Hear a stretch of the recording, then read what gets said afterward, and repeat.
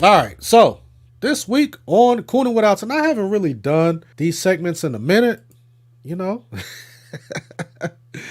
Because I really haven't found anything for me to coon about. So, since I really haven't had too many things to coon about, I haven't done one of these segments in a minute. But, I don't know if I'm really gonna do too much cooning on this one. I'm gonna see. We're gonna see. We're gonna see if those dark circles are gonna be coming around my eyes, as we read this particular article from the Christian Post. All right, so let me see if I can blow this up just a little bit. And I was reading this article earlier. I came across this earlier today. When did they write this? That was November 11th. So that was today. So they published this article today. So let's read the title. Black pastors encourage African American churches to defend Israel, not side with the devil. All right. So black pastors, let me read this again. Black pastors encourage African American churches to defend Israel, not side with the devil. All right, look at that. We got the black man at the Wailing Wall. He got his arms up. He got the fedora on. I don't know. Look at that. He's saying Shondo. All right, let's get into the article. Two African American faith leaders say despite the perception of some that the black church has been silent in defense of Israel amid its war with Hamas, they and other black pastors are refuting claims that Israel is a racist apartheid state. All right. Actually, I don't even want to ask that question. All right. I was going to ask, is Israel a racist and apartheid state? But, y'all can keep that to yourself. In an op-ed for the Christian Post, Pastor Michael A. Stevens argued that the black church has been largely silent on Hamas's October 7th massacre against Israel that resulted in the deaths of 1,400 people, a majority of whom were civilians, including over 30 Americans. All right. Now, has us in the church, especially us who are black, have we been too silent on what's happening in Israel? Is it even our place as Christians? All right. Talking to the black Christians right now, because it seems like that people are putting pressure on us to speak about these particular issues that's going on in Israel. All right. Not trying to exclude anybody else, but it seems like that black people, black Christians are being called out, especially in particular black pastors, for being silent on what's happening. Do people believe, or do you guys believe that we need to be more and more outspoken on this particular issue? Darren Miller says, yes, they are trying to protect their 501c3. All right, let's get back to it. All right. Since Israel launched retaliatory airstrikes on a ground invasion of northern Gaza in a bid to eliminate Hamas, a terror group that has controlled Gaza since 2007, the Hamas-run health authorities say over 10,000 people have been killed, sparking pro-Palestinian protests and international calls for a ceasefire. Quote, unfortunately, many African-American pastors and leaders have a mixed level of apathy and resistance toward Israel, as well as empathy for the Palestinian struggle, often making a comparison to the civil rights era. Bruh. Stevens wrote. To add, some consider the African American community to be the most anti-Semitic group in America today. Ooh, woo! Dang, those are some strong words. Let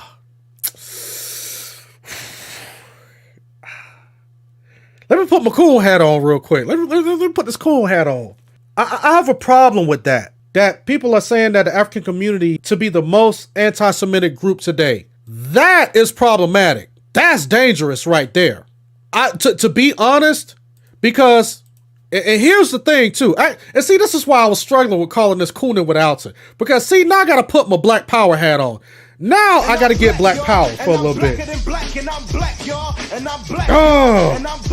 Okay, one thing I will say is that there are some people who have come to the aid of what's going on in the black community. I've seen where a lot of white evangelical Christians, they do a lot of missions in the black community. So I'm not really, I don't know, man. I don't know. It's just crazy because I don't see what a lot of these people are seeing, you know? I do see some people coming to the aid of blacks in the black community, but to be honest, on the whole spectrum, black people are in an island by themselves when it comes to the community, as well they should be. No one does more for the black community than the black churches in the black community. Let's just put that out there. So there are some white evangelical missionaries that do come in and do some stuff from time to time. And I'm grateful for that.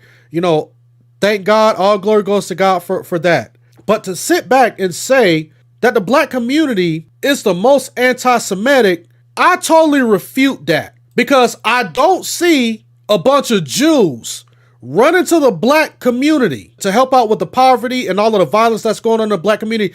To be honest, I don't see Jewish people going into the black community trying to revitalize it. I'm sorry, I don't see that. If it's happening on such a minutiae scale that it totally bypasses my ears. And I want to know, what do they mean by the black community is one of the most, or some consider the African American community to be the most anti-Semitic group in America today. I wonder what they mean by that. I'm kind of offended a little bit, but that's all right. Let's continue to read. They might clean it up. Pastor Dumasani Washington, the founder and CEO of the Institute for Black Solidarity with Israel, ISBI, and to be honest, I never heard of that. This is my first time hearing about that. Told CP that he agrees with Stevens that most African American pastors and leaders liken the conflict between Israel and Palestine to the civil rights movement, seeing the former as an oppressor. Okay, here's my thing. I don't believe that you can compare what's going on with Israel and Palestine. You can't compare it to what happened in the civil rights movement. I'm sorry, and I hate when people do this. The civil rights movement was something that was unique that happened here in America, because you had a group of people. Let's get a little bit of black power again. All right. So you have a group of people that was in Africa, who was brought to America on slave ships. No matter how they got there, whether it was white folks coming and snatching them up and forcing them on the ships, whether it was other Africans selling them to the white folks, regardless, okay, they were brought to America against their will. They worked as slaves for hundreds of years, for a few hundred years.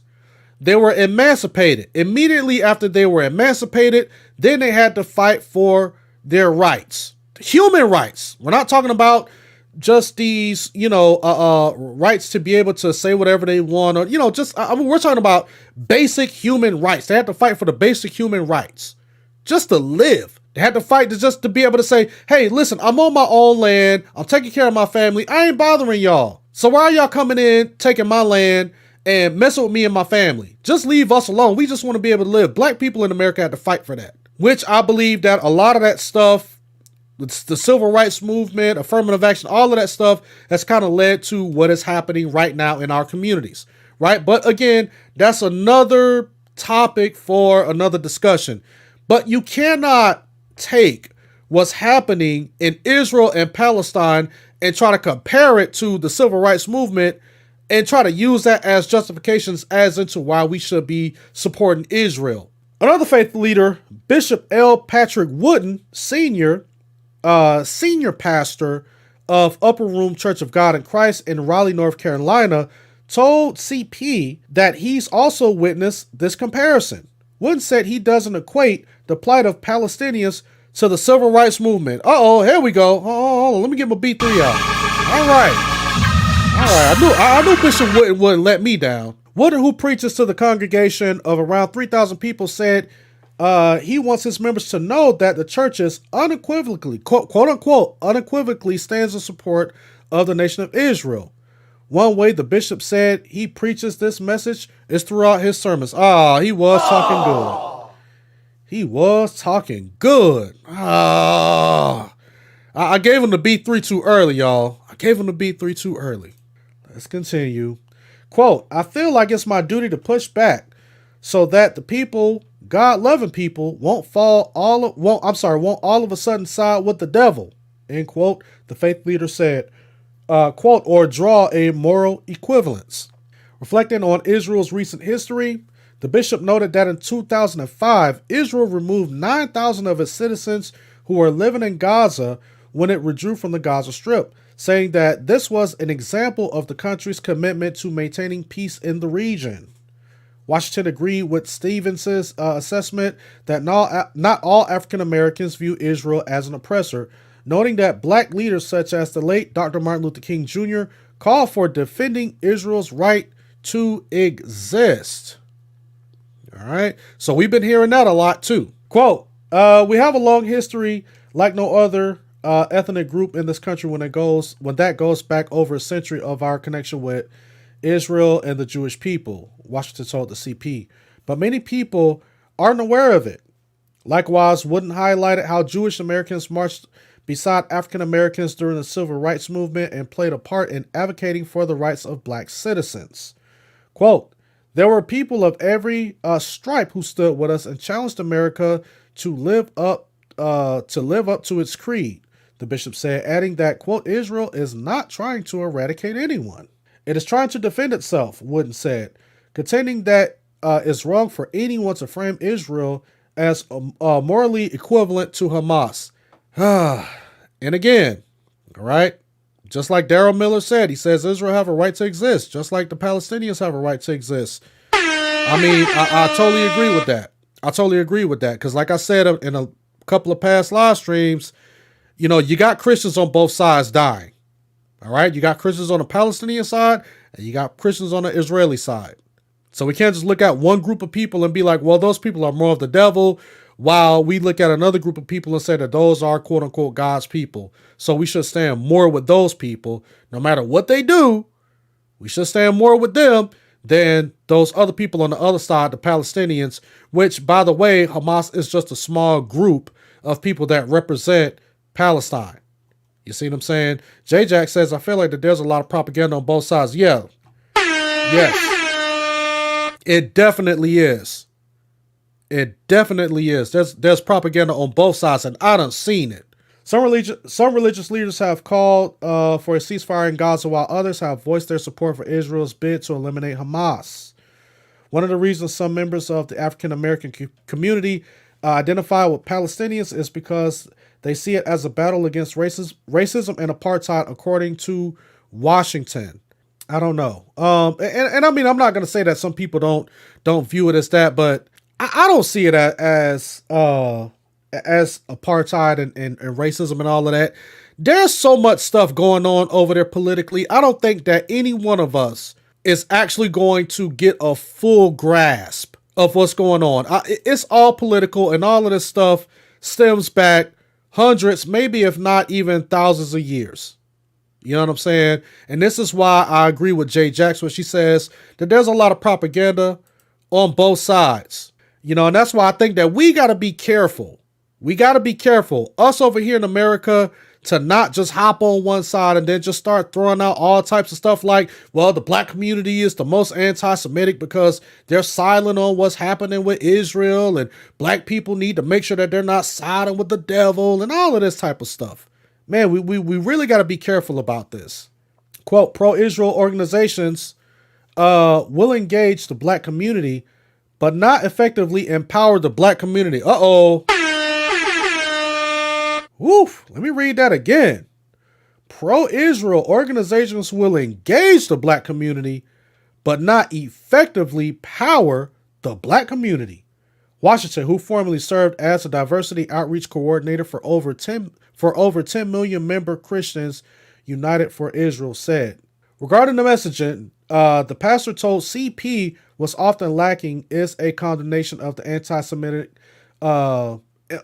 is a condemnation of the anti-Semitism from groups like Black Lives Matter and the Black Hebrew Israelites. Uh-oh. He asserted that refusing to address certain viewpoints, such as the belief that Israel is committing genocide against Palestinians, does the black community more harm than good. Washington contends that it is necessary to quote-unquote empower black faith leaders with the message that their community needs to hear, one that addresses the issues unique to the African American community. How many of y'all agree with that? Let me read that again.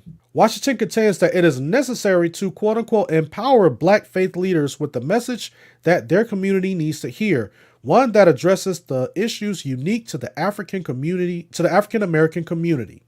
Quote, the black Hebrew Israelites don't impact I'm sorry. Let me start from the beginning. Quote, the black Hebrew Israelites don't impact white pastors the way that they do black pastors. He explained. We're not racially dividing the body, but if we're not honest about the fact that certain messages affect certain people in certain ways, then we're not being honest. End quote. Through IBSI, the organization founded in 2013, the pastor works to strengthen relationships between the African American community and the Jewish people via education and advocacy. The organization receives financial support from Christian and Jewish communities and through influential donors such as Dr. Bob Schulman of the Schulman Foundation. Last year, IBSI started a program called the Peace Initiative, which stands for Plan for Education, Advocacy, and Community Engagement. One program recruits young black men and women and takes them on a 9-month trip to Israel and Africa, while another takes black faith leaders on a similar journey. Okay, I may have to look into this particular group. Regarding the role of the church in addressing tension between the Jewish and African American communities, Washington said that the church also has a responsibility to address biblical illiteracy. The pastor stated that he has seen multiple Christian influences calling for a ceasefire on social media, claiming that it's what Jesus would want, while also framing Israel as morally culpable for the ongoing violence. Oh, that might be beef to some people. Quote, so the fact that Christians should condemn Israel for trying to defend its people and try to use the Bible to do so, what the church can do is teach the Bible, he said. On Thursday, a group of black Christian leaders took out a full-page ad in the New York Times calling for a ceasefire, Religion News Service reported. Quote, a ceasefire is our minimum demand as moral faith leaders from the African American tradition who signed on to this letter. California pastor and anti-gun advocate Reverend Michael McBride told the outlet, anti-gun? Nah, I can't ride with that. Second Amendment right on deck. Second Amendment right on deck. I'm not finna relinquish that. Quote, at some point, bombs and the fighting has to cease and move to a solution that is one of mutual coexistence, peace and justice for all in the region. And that's what D.W. Conley just said. I think that's the end of this. Yep. And that is the end of this particular article right here. What J. Jack says, she says, like short sleeves, I bear arms. Oh, that's what I'm talking about. Yeah. Exercise your Second Amendment right today. All right. Now, if you want a gun, you can go and get one. You know, I ain't got no problem. If you don't want a gun, you know, you don't have to get a gun if you don't want it. But don't be anti-gun now. All right. Don't be anti-gun. All right. Moving right along. All right. Oh, actually, before we move along, I got to conclude this section or this segment of Cooning with Alton. All right. Because we're about to switch gears. So I'm just going to go ahead and we're just going to conclude this segment, y'all.